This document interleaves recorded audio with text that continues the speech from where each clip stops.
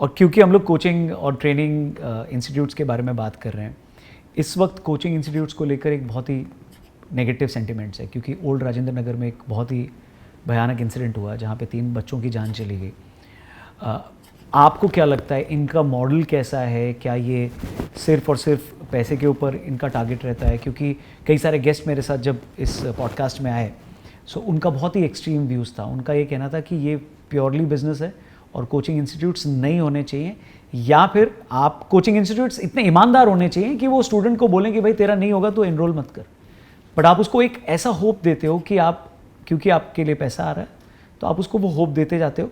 और वही सारे कोचिंग इंस्टीट्यूट्स वाले साइमल्टेनियसली मोटिवेशनल स्पीकर्स भी होते हैं, तो उससे उस क्राउड को कनेक्ट करना बहुत आसान हो जाता है। So how do you see this, the entire business model और the fraternity of coaching institutes? See, we mentioned Old Rajendra Nagar and coaching institutes, and that as a hub is primarily for civil services coaching and preparation, right? So, since I've not gone through that education route myself, I'm speaking purely from a third-person perspective, and I will not just limit my opinion to just civil services, but also to chartered accountancy and engineering and everything else. अब क्या है ना, मैं समझता हूँ अगर किसी की कोई इच्छा है कोई चीज़ पढ़ने की, sometimes morally you don't want to kill their dream, you want to at least let them make one attempt or attempt it rather than just shunning it down, because जिंदगी में अगर हर कोई आपको बोलता जाएगा ये आप नहीं कर पाओगे, सही बात है, तो वो भी नहीं होना चाहिए। अब इसमें क्या होना चाहिए, अब इसमें बहुत सारे institutes where the business aspect comes in is entry becomes easy. I think you should not say that hope आप दूसरे की मत मारो, but a basic level of intellect or aptitude, if it has to be tested for a course, there has to be a certain level of filter at the entry. Which is not right now, which is not there.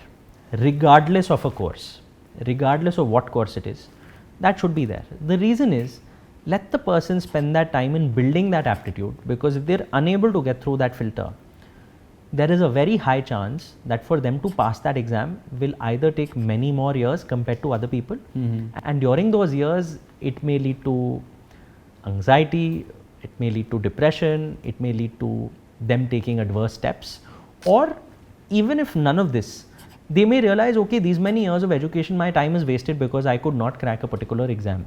ठीक है, The business incentive comes in when you start looking at it as top of the funnel. इतने बच्चे सीखना चाहते हैं, तो पैसे दे रहे हैं, तो why should we not coach them?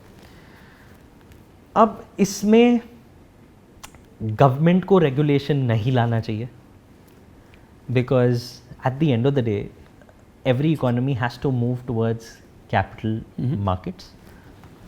I think every institute should ideally have a filtering mechanism, which would be good to have to avoid these kind of problems. And maybe somewhere overall एक India के culture में हमको शायद parents को भी ये education करना पड़ेगा through the medium of the internet and social media hopefully, कि सिर्फ ये 5-6 कोर्सेज या करियर ऑप्शंस नहीं है जहाँ आपके बच्चे का करियर बनेगा। सही बात है।